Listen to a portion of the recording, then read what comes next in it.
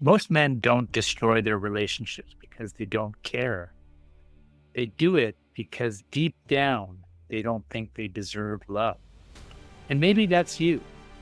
Maybe you pushed away something good without even knowing why. Maybe part of you expects things to fall apart, so you make sure they do.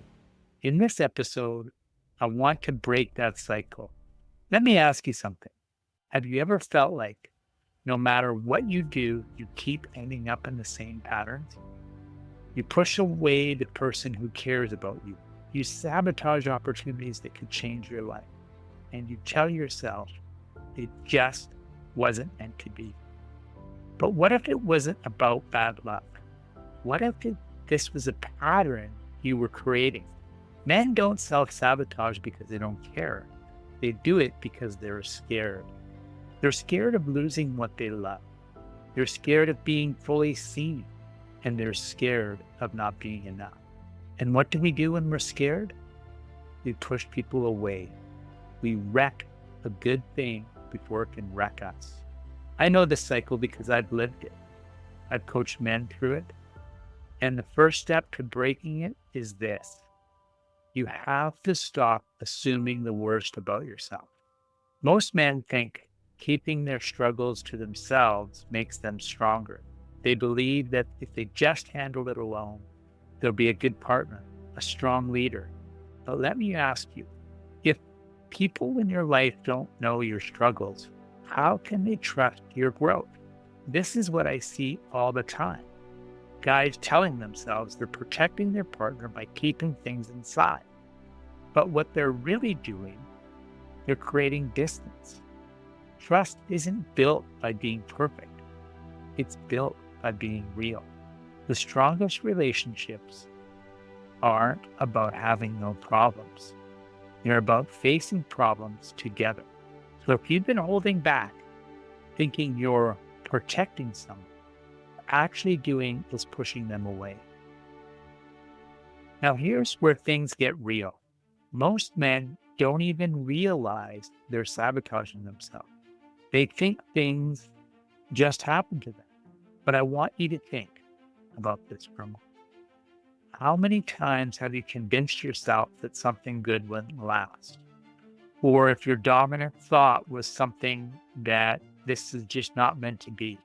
However, you expect things to fall apart, so you create situations that make it happen. You assume you're not good enough, so you sabotage before you can be rejected.